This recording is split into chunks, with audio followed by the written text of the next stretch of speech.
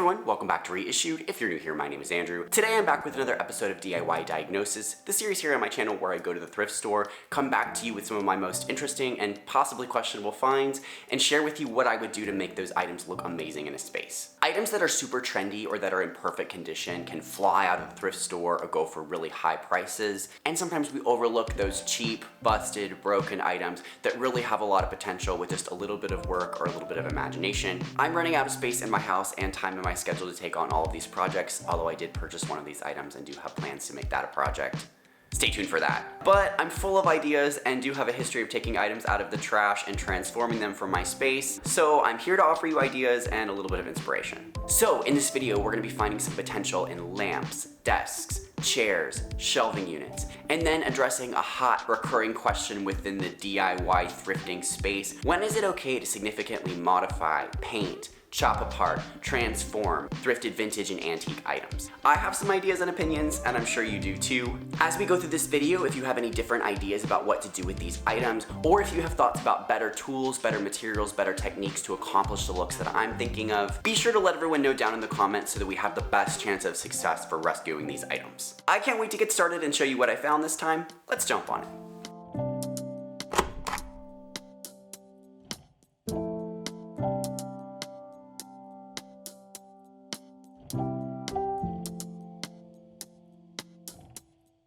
Okay, so first I came across a couple really interesting lamps. The first was this vintage wood and gold lamp. I love the carved detail on this lamp. I love the natural wood and gold combination. I think that a lot of us can see that this item is already a great find. It's really beautiful. It's not in the best condition. I think one of the things that I love about items like this is that they do look a little bit worn and a little bit lived in. Obviously this is pretty scratched up and beat up and just looks dirty. So I would just start by wiping this down, seeing how much of that grime we can get off. To restore the look of the wood, I would probably go in with a tiny brush and some stain, or maybe even a little stain marker touch-up pen thing to even out the color, and then go over everything with a wax or maybe even Vaseline. I've used that on certain items before, just to kind of give a smooth, even finish and kind of fill in those cracks a bit. On the gold sections of the lamp, if I was unable to remove this kind of discoloration and grime, I would probably tape off the wood areas and respray this in gold, and then use a combination of black and brown acrylics to kind of rub over there and fall into the cracks to sort of reinvigorate that antique look. I've also heard really great things about Rub and Buff. I still haven't actually used that product, but that could also be a way to kind of spot treat this and revive it without going in with a totally new paint finish. Again, I tend to think that with antique furniture pieces or even in an old house, I prefer things to look a little bit lived in, a little bit beat up. If it looks like a brand new piece of furniture, it just doesn't hit the same way for me. Am I the only one?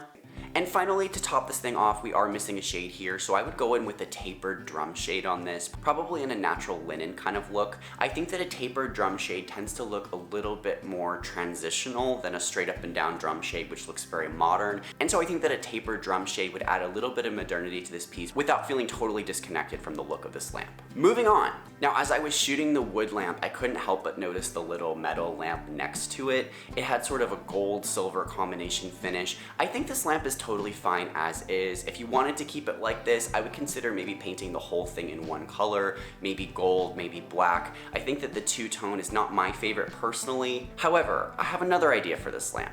I mentioned in my recent bedroom makeover that I was looking for a little picture light to go over Leah's piece in my bedroom, just to give a little bit more of that dark academia feel and to add a little bit of light to highlight that piece. However, after searching high and low for attractive and affordable battery operated picture lights and coming up short, I think I might have to get creative on this. So what if we were to deconstruct this lamp and use it as a picture light? Obviously, I would need to take this apart to sort of understand the mechanics of how that would work. I think the most likely solution for my needs would be to remove all the wiring and bulb components from this piece entirely and just hold on to that little metal piece across the top and then insert a battery operated fixture on the inside. If this lamp were $5 or under, I might have bought it and played around with that a little bit, but I think this one was priced at $15, so that's a bit higher than I'd like to pay for an experiment. Also, this lamp is not unattractive and it's in pretty good condition, so it would kind of break my heart to take it apart a little bit just for that. Again, we're approaching that question of when it's okay to take apart thrifted pieces. But yeah, I like this idea and just wanted to share that with you.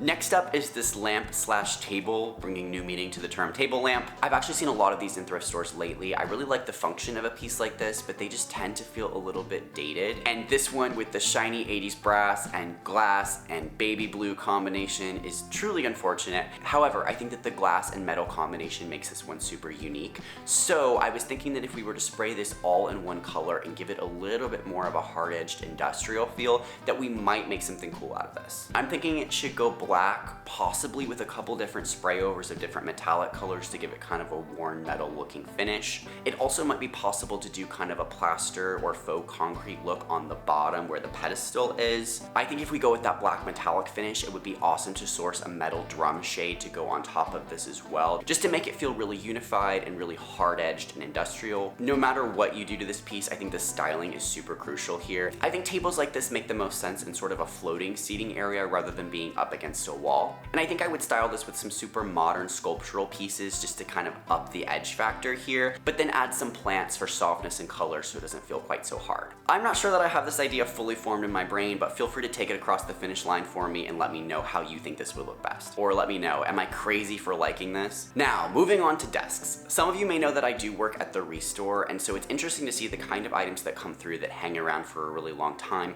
Desks are definitely one of those items. I'm not sure really why that is. I would think that we would be wanting more desks than ever since people are working from home a lot. The desks that hang around the longest are giant desks like this. This one is a big hunkin' metal desk that just screams high school teacher to me, and I actually don't hate that. I think that a really big desk like this looks really stately if you have a dedicated home office to plant that in the middle of the space as kind of a focal point and anchoring point for the room. I have a soft spot for kind of vintage industrial design, and so I think this desk has a lot of potential to go there. I don't actually hate the combination of this creamy color with the chrome hardware, although I think that's what's making it feel really school teacher to me. So I think it might be a good idea to tape off the chrome hardware and to spray paint the whole piece in kind of like a deep olive green color. That might look great if we took all of the chrome accents to kind of an antique gold finish. The real issue with the piece for me is the top. It is a faux wood melamine type thing, and it hangs quite a bit over on the edge in a way that just screams like parent-teacher conference to me. So I think the priority for this piece is to replace the top with a really beautiful piece of real wood to kind of elevate the look entirely and take it from feeling really commercial to a bit more residential. My first instinct would be to source a dining table that's a similar size and to pop that on top. That might be unlikely to find the right proportions for this desk, and so in that case I would probably purchase a high-grade plywood, maybe double it up along the edges to give a little bit more of a solid profile, and then go in with an iron-on edging veneer around the edges just to make it feel like one solid piece of wood. Sand it to be really smooth, stain it, wax it, whatever you want to do. Changing out the top really has the potential to transform not only the look of the piece but the way that it feels, and I think that a natural wood top would feel a lot more luxe and give more of that vintage industrial look. Next, I came across this light wood and silver desk chair combo that reads very like early 2000s dorm room to me, but I think the construction on this is pretty solid and the lines are actually quite modern, so we can make this work.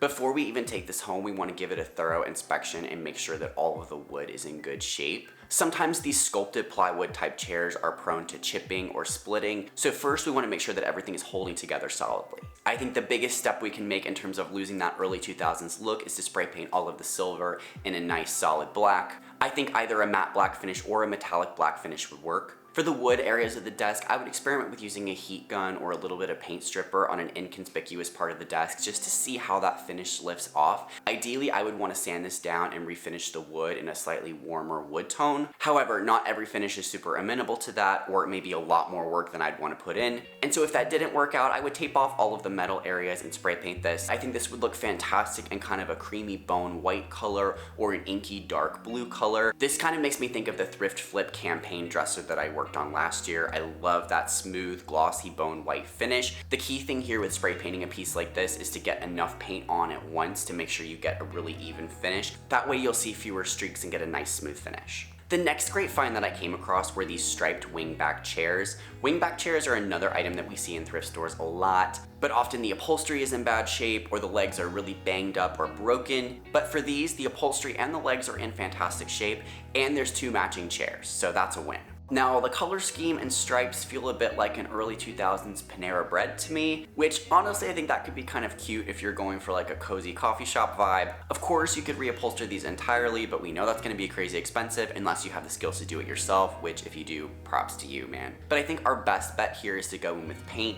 I remember a couple of years ago when everyone was painting furniture to look like leather. That could be a great solution here. I think it also might be possible to paint these either with dye or with a combination of acrylics and textile mediums to get kind of a sheer coverage. That way you can hold on to the stripe pattern but sort of change the color profile a bit if you wanted it to read a little bit more blue or more brown. But I think if I were to put these chairs in one of my spaces, I would do kind of a cool color blocked finish on these. I noticed that there are a lot of really strong solid piped lines on this piece, and so it could be great to paint the sides in one color, the inside in another color, maybe a combination of neutrals for a monochromatic look, or maybe kind of an olive, navy, burnt orange combo for a bit more of a punchy modern look.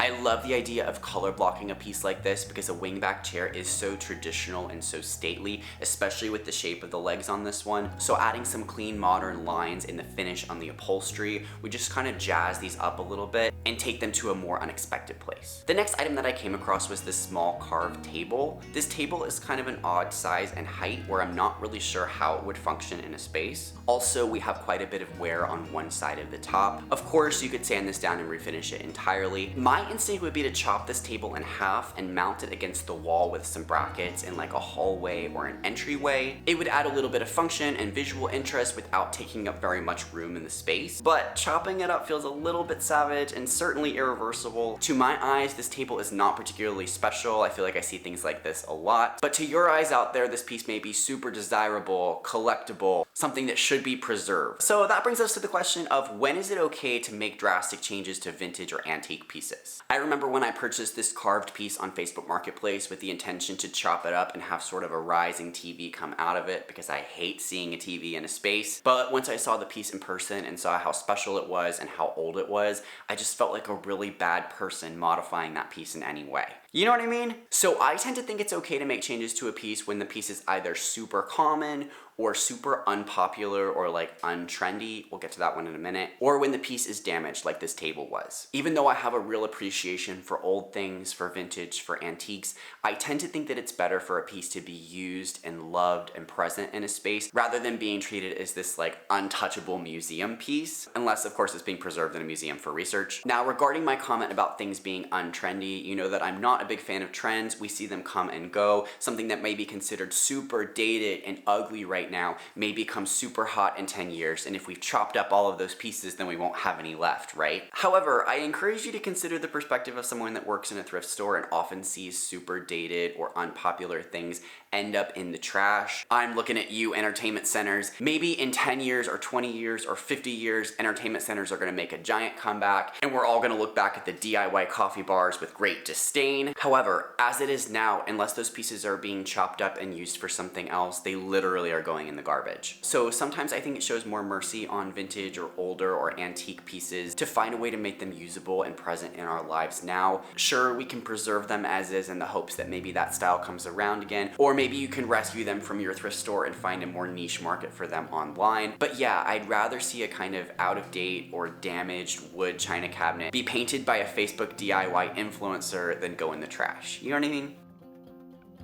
Okay, the last piece that I came across were these like golden oak shelving units. We see a lot of this style of furniture at the REISSUED store as well, often either being majorly clearanced or on its way to the dumpster. The clean and simple lines of this style are really beautiful, but I think that a lot of people get turned off by this warm yellowy oak shade. I actually think that this warm oak shade can be workable if it's styled with the right colors. I'm thinking cool browns, blacks, warm rust shade, cool murky blues, lots of other wood tones. You know the colors that I like. But of course these can also be sanded down and refinished or painted.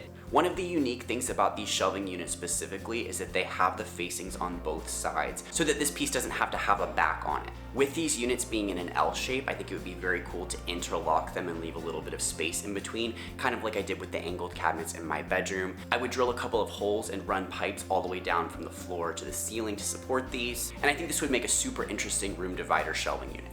So these were $20 for the set. And so I bought them. I was thinking that I would cut them down depth-wise and use them as a wall in my new bathroom between the toilet and the vanity. However, that space is super small and has a lot going on. So instead, my mom and I moved them into the atrium/dining area, and I'm playing around with options for using it as kind of like a window seat shelving unit.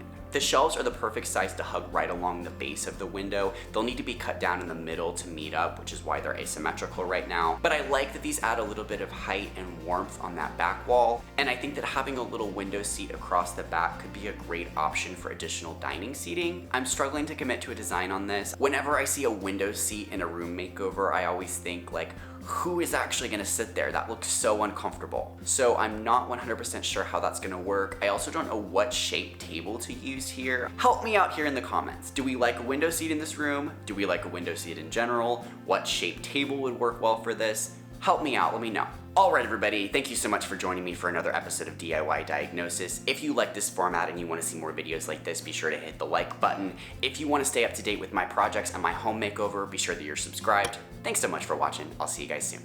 Bye.